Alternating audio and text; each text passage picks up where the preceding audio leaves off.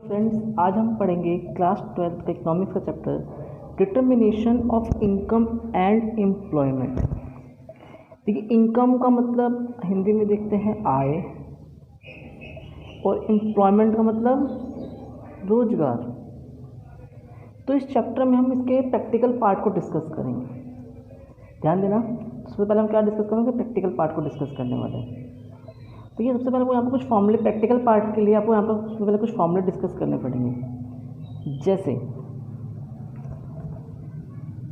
Number 1 पे हम लिखते हैं APC, एवरेज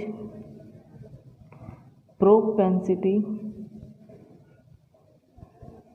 टू कंज्यूम। इसे थ्योरेटिकल पार्ट पे ध्यान देना, बहुत अच्छे से डिस्कस करेंगे हम। तो एवरेज प्रोपेंसिटी टू कंज्यूम का मतलब क्या है, औसत उपभोग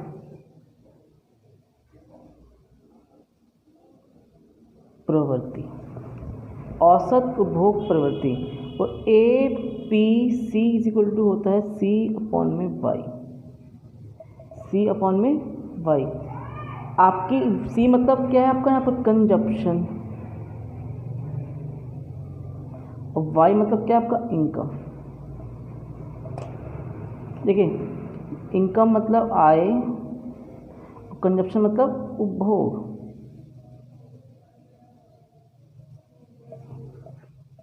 तो आपको एक चीज़ पता होनी चाहिए, एवरेज प्रोपेंसिटी टू कंज्यूम कैसे निकलता है, C/Y। आपने कितना पैसा कमाया, उसमें कितना आपने कंज्यूम किया, उसका जो रेशियो है वो क्या कहलाता है, APC कहलाता है। नंबर 2 के ऊपर आपको जानना है MAPS,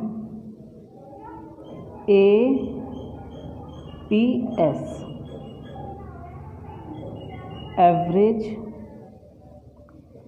प्रोपेंसिटी टू सेविंग। देखिए, average propensity to saving APC। तो एवरेज मतलब औसत बचत प्रवृत्ति, और APS का फॉर्मूला बन जाता है आपका AP is equal to S/Y। S का मतलब सेविंग, सेविंग मतलब कितना पैसा हमने बचाया। देखिए, हमें क्या पढ़ना है, नंबर 3 पे ध्यान देना, MPC, marginal propensity to consume, सीमांत उपभोग प्रवृत्ति,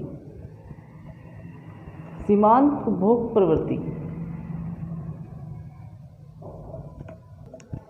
देखिए, फॉर्मूला क्या बन जाएगा MPC का, MPC is equal to delta C divide by delta Y, change in consumption upon में चेंज इन इनकम।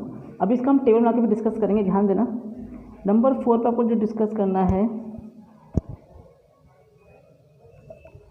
नंबर 4 पे देखिए क्या पढ़ना है, MPS, marginal propensity to saving, MPS delta S/में डेल्टा Y, सीमांत बचत प्रवृत्ति। यहाँ पे किसका तो हम बचत की बात करते हैं, सीमांत बचत प्रवृत्ति डेल्टा S/में डेल्टा Y। तो आपने अब तक 4 फॉर्मूले डिस्कस किया, APC, APS, MPC और MPS, ये आपने फॉर्मूले देखा। अब सबसे पहले तो इसका ध्यान देना। देखिए, हमें क्या पढ़ना है, हमें पढ़ना है कंजप्शन फंक्शन। कंजप्शन फंक्शन को उपभोग फलन कहते हैं हिंदी में। तो consumption function are 2 types, APC और MPC। APC is equal to C/Y और MPC क्या होता है, डेल्टा C/Y। अब इसका हम टेबल डिस्कस करेंगे, ध्यान देना। और कंजप्शन फंक्शन क्या होता है, C is equal to C bar plus MPC into में Y, MPC इंटू में Y। अभी C बार क्या है, C बार को बोलते हैं स्वायत्त उपभोग।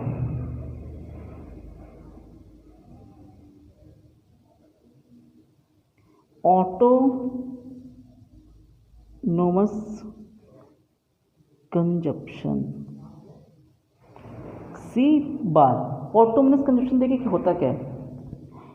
अगर आपकी इनकम बिल्कुल ज़ीरो है तब भी आपको कुछ ना कुछ खर्च करना पड़ेगा मिनिमम नीड्स को पूरा करने के लिए, जीवित रहने के लिए कुछ ना कुछ तो खाना पड़ेगा, चाहे वो आप 10 रुपये खाइए, चाहे 50, चाहे 100, चाहे कुछ भी। इसीलिए इसे बोलते हैं सी बार। कभी भी कंजप्शन ज़ीरो हो ही नहीं सकता, क्योंकि अगर हमें सर्वाइव करना है, रहना है, जीना है, तो हमें कुछ ना कुछ खाना पड़ेगा।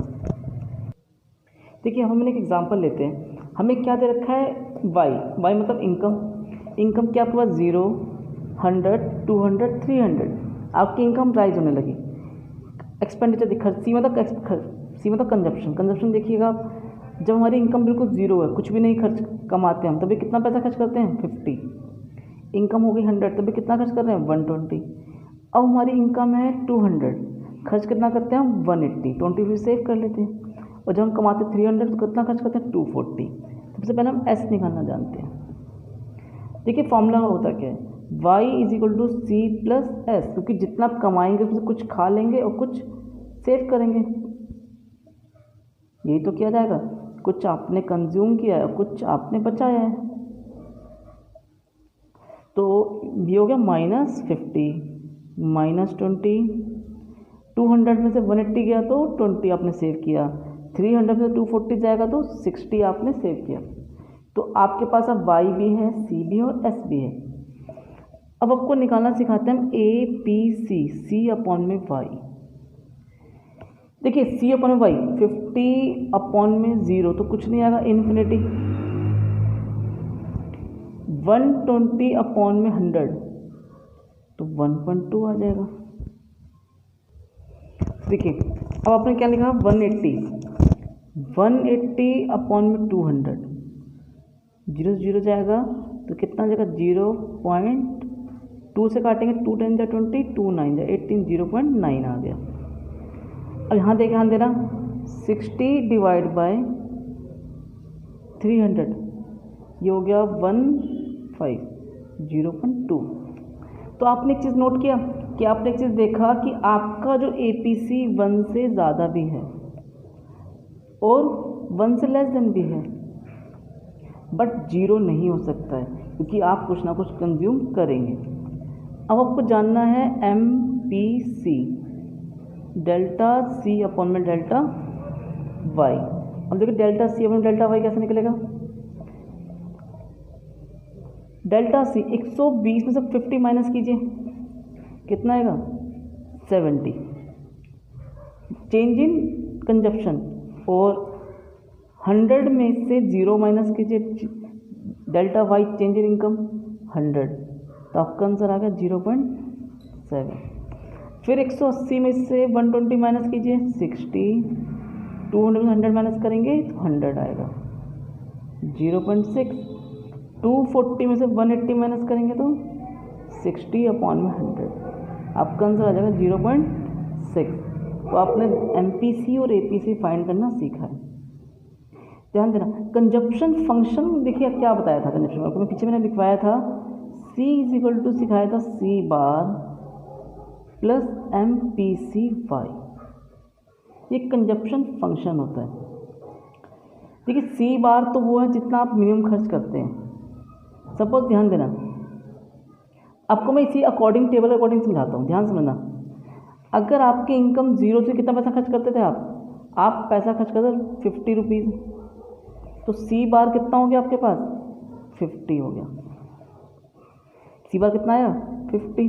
भैया 50 तो आपको खर्च करने पड़ेंगे, चाहे कमाओ चाहे मत कमाओ, ये आपका C बार है, ये आपको मिनिमम नीड्स पूरा करने का खर्च करना पड़ता है। तो ये 50 मैंने एग्जाम्पल में लिया है, 30 भी हो सकता है, 100 भी हो सकता है, 200 भी हो सकता है, कुछ भी हो सकता है। MPC पे ध्यान देना, अगर मैं MPC पे ध्यान देता हूँ, इस वाली की हम बात करते हैं, सेकेंड रो की।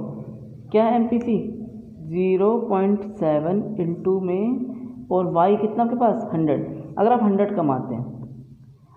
100 कमाते हैं और आपका MPC कितना है 0.7, मतलब 70%, आपकी इनकम बढ़ती है तो आप 70% खर्च कर देते हैं।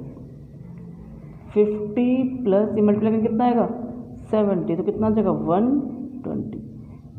आप ये देखिए कंफर्म कर लीजिए 120 ही होगा, सी कितना होगा 120। तो आपने इस टेबल के अकॉर्डिंग किस तरह अपने फॉर्मूले को जाना। देखिए अब हम डिस्कस करेंगे सेविंग फंक्शन।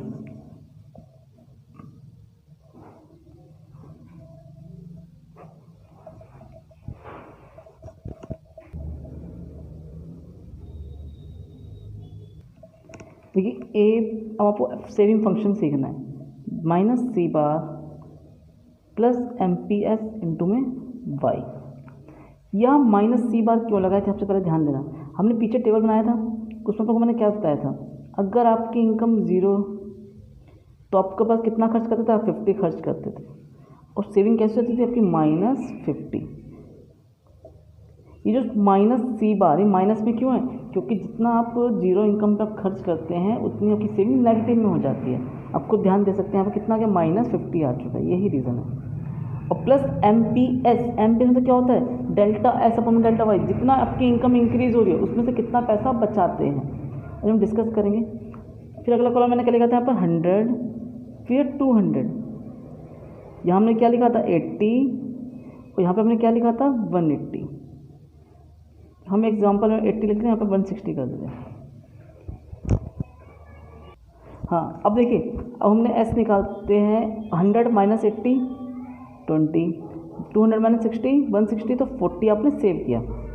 अगर हम जानते हैं ए पी एस अपॉन में वाई, तो एस अपॉन में वाई करेंगे क्या आ जाएगा, ब्लैंक 220 अपॉन में 100 0.2, 40 अपॉन में 200 5 0.2, कितना है 0.2 आ गया आपका। अब एम पी एस जानते हैं, डेल्टा एस अपॉन में delta Y, delta S upon में डेल्टा वाई, ध्यान देना पहला। अब देखिए 20 में से माइनस करेंगे -50, 20 में से माइनस करेंगे -50, तो कितना आ जाएगा 70 आ जाएगा। तो 70 डिवाइड बाय 100 में 0 गया तो 100 0.7। 40 में से 20 माइनस करेंगे तो 20, यहाँ पे क्या आएगा 100 0.2। तो आपने ए पी सी और एफ पी एस निकालना फाइंड किया, तो कैसे निकाला, एस अपॉन में वाई ए पी एस, और एम पी एस कैसे निकाला, डेल्टा एस अपॉन में डेल्टा वाई। और ये आपका जो है सेविंग फंक्शन इक्वेशन, ये ध्यान देना इसमें। अभी हम कुछ रिलेशंस की बात करते हैं, सबसे पहले ध्यान समझना। देखिए बहुत इंपॉर्टेंट टॉपिक है, y इज इक्वल टू क्या सिखाया था आपको मैंने अभी, c plus S. Y is equal to क्या सिखाया, c प्लस एस। अब हम क्या करेंगे, divide by y both side, हम दोनों तरफ y से डिवाइड कर दें। ध्यान देना, y अपॉन में y, c अपॉन में y और s अपॉन में y। देखिए y अपॉन में y कट गया है तो क्या बचेगा 1, और c अपॉन में y क्या सिखाया अभी आपको मैंने, ए पी सी, और s अपॉन में y क्या बताया था, ए पी एस। तो आपने एक चीज़ नोट करी, ए पी सी और ए पी एस का सम होगा, किसके इक्वल होगा, 1 के इक्वल होगा। अब देखिए एक रिलेशन और, delta Y is equal to क्या होता है, delta C plus delta S. ठीक है, delta C plus delta S. देखिए अब ध्यान देना, अब हम क्या करेंगे, divide by delta Y both side. हम डेल्टा वाई से दोनों तरफ डिवाइड करेंगे, तो delta Y divide by delta Y, delta C upon delta Y और delta S upon delta Y, cut के क्या बचा 1। और ये फॉर्मूला को मैंने बताया था एम पी सी और ये एम पी एस। तो आपने एक चीज़ नोट किया, एम पी सी और एम पी एस का जो सम होगा वो क्या होगा, 1 होता है। तो अब तक आपने अपने कई फॉर्मूलों को डिस्कस किया है। अब देखिए कुछ एपीसी के बारे में कुछ इंपॉर्टेंट पॉइंट्स जानते हैं। सबसे पहले ध्यान देना एपीसी के बारे में क्या जानने वाले हैं। देखिए इफ़, पहला पॉइंट ध्यान देना, अगर आपके पास C इजिकल टू है y, जितना आपने कमाया उतना ही अगर आपने खर्च कर दिया तो जो APC की वैल्यू आएगी वो क्या आएगी 1। देखिए कैसे, फॉर्मूला क्या होता है APC का, C अपॉन में y, और C और y दोनों इक्वल है तो y अपॉन में y कटे क्या आ जाएगा 1 आ जाएगा।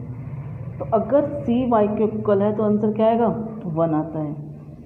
इफ़ और अगर आपका C ज़्यादा है y से, आप खर्च ज़्यादा करते हैं जितना आप कमाते हैं, तो जो APC का जो आंसर होगा वो मोर देन 1 होगा, मोर देन 1, एक से ज़्यादा होगा। और अगर आप C लेस देन y है, y से छोटा है, तो जो APC का आंसर होगा लेस देन 1 होगा। APC का आंसर कभी भी 0 हो ही नहीं सकता है, अगर मैंने बताया था, क्योंकि आपको कुछ ना कुछ खर्च करना पड़ता है। देखिए अब हम जानते हैं APS के बारे में। तो ये पहला पॉइंट, हम देखते हैं।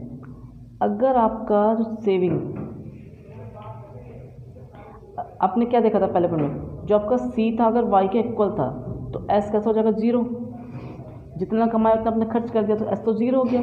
तो इस केस में APC क्या आ जाएगा आपका 0 अपॉन में y, तो 0 ही रहेगा, तो APS का मान क्या आ जाएगा 0 आ जाएगा। दूसरा एक चीज़ और देखना, अगर आपका C less than y, C कम था y से, तो इसमें क्या होगा S की कुछ ना कुछ वैल्यू होगी, S तो कुछ होगा, तो यहाँ पर जो S का जो आंसर होगा वो कैसा रहने वाला है। तो अब देखिए इसमें अगर आपके पास y, मैंने लेट किया एग्जांपल 100, C 80 है, तो सेविंग कितना हो गया 20 हो गया। अब 20 बाई 100 करेंगे कितना आ जाएगा 0.2। तो इस केस में जो आपका आंसर होगा वो लेस देन 1 से छोटा होगा। अब आप एक चीज़ नोट करना, C अगर मोर देन y, सपोज मैंने एग्जांपल लिया y आपकी इनकम 100 है, आप खर्च कितना करते हैं, आप खर्च करते हैं 120, और सेविंग है आपके पास -20, तो APS -20 अपॉन में 100 -0.2 आ जाएगा।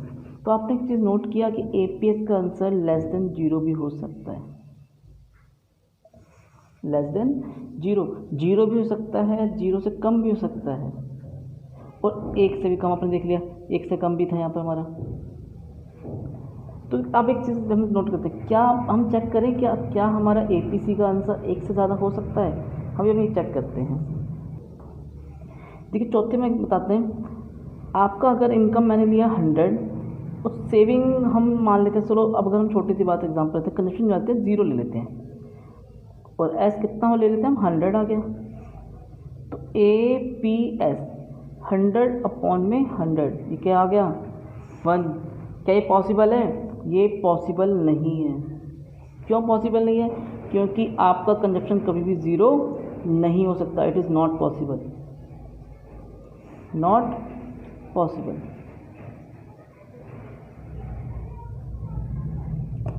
ये पॉसिबल नहीं है, ये चीज़ कभी भी APS 1 के बराबर नहीं हो सकता है, ये चीज़ ध्यान देना है। अब देखिए हमें डिस्कस करना है के का मतलब क्या है। के को बोलते हैं हम इन्वेस्टमेंट मल्टीप्लायर।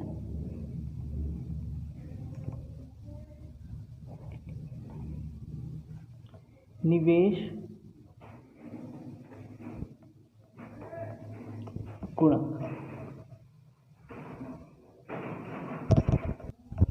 देखिए के इक्वल टू क्या होता है आपको, निवेश गुणक। देखिए इन्वेस्टमेंट मल्टीप्लायर का फॉर्मूला क्या होता है के का, डेल्टा y अपॉन में डेल्टा आई। डेल्टा आई क्या है, इन्वेस्टमेंट, चेंज इन इन्वेस्टमेंट। के का देखिए एक फॉर्मूला और आपको सीखना है, 1 अपॉन में MPS, और एक और सीखना है 1 अपॉन में 1 माइनस MPC। तो के निकालने के भी 3 फॉर्मूले हैं, K is equal to delta y upon में delta I, K is equal to 1 upon में MPS, और K is equal to 1 minus MPC। ये के का जो मिनिमम वैल्यू हो सकती है, इसके मिनिमम वैल्यू की बात करते हैं।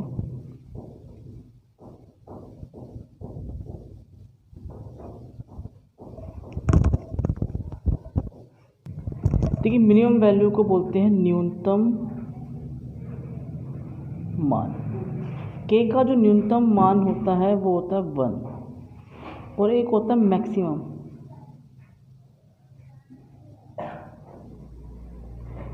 अधिकतम मान इन्फिनिटी।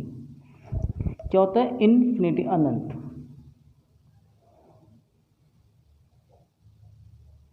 अभी कैसे हुआ वो भी हम डिस्कस करते हैं।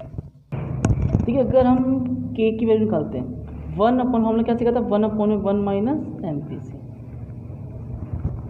1/1 माइनस एम पी सी, जानते ना, 1 माइनस एम पी सी की बात करते हैं। तो मैंने एम पी सी पहले क्या लिया? 0, तो 1/1 कितना आ गया? 1, क्योंकि एम पी सी का जो मिनिमम वैल्यू होता है वो क्या होता है? 0 होता है। 0 से छोटा कभी हो नहीं सकता है। और अगर हम मैक्सिमम की बात करते हैं तो मैक्सिमम वैल्यू क्या होती है एम पी सी की? 1 होती है। 1 में से 1 गया 0, इसे क्या बोलेंगे? इन्फिनिटी, अनंत। तो आपने देखा कि के की मिनिमम वैल्यूज़ और मैक्सिमम वैल्यूज दोनों हम फाइंड कर सकते हैं। इस वीडियो में हमने फॉर्मूले को डिस्कस किया है। इसके नेक्स्ट वीडियो में भी हम जो कुछ फॉर्मूले को डिस्कस करेंगे। ओके, चैनल सब्सक्राइब कीजिए, शेयर करें। Thank you.